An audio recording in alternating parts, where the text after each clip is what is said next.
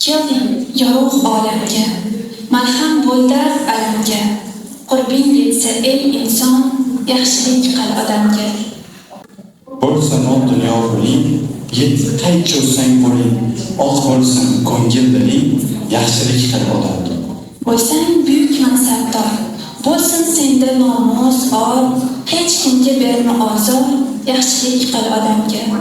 Nohaqlikka jin turma, ojizga yuzing burma, sharafsiz inson bo'lma, yaxshilik qil odamga.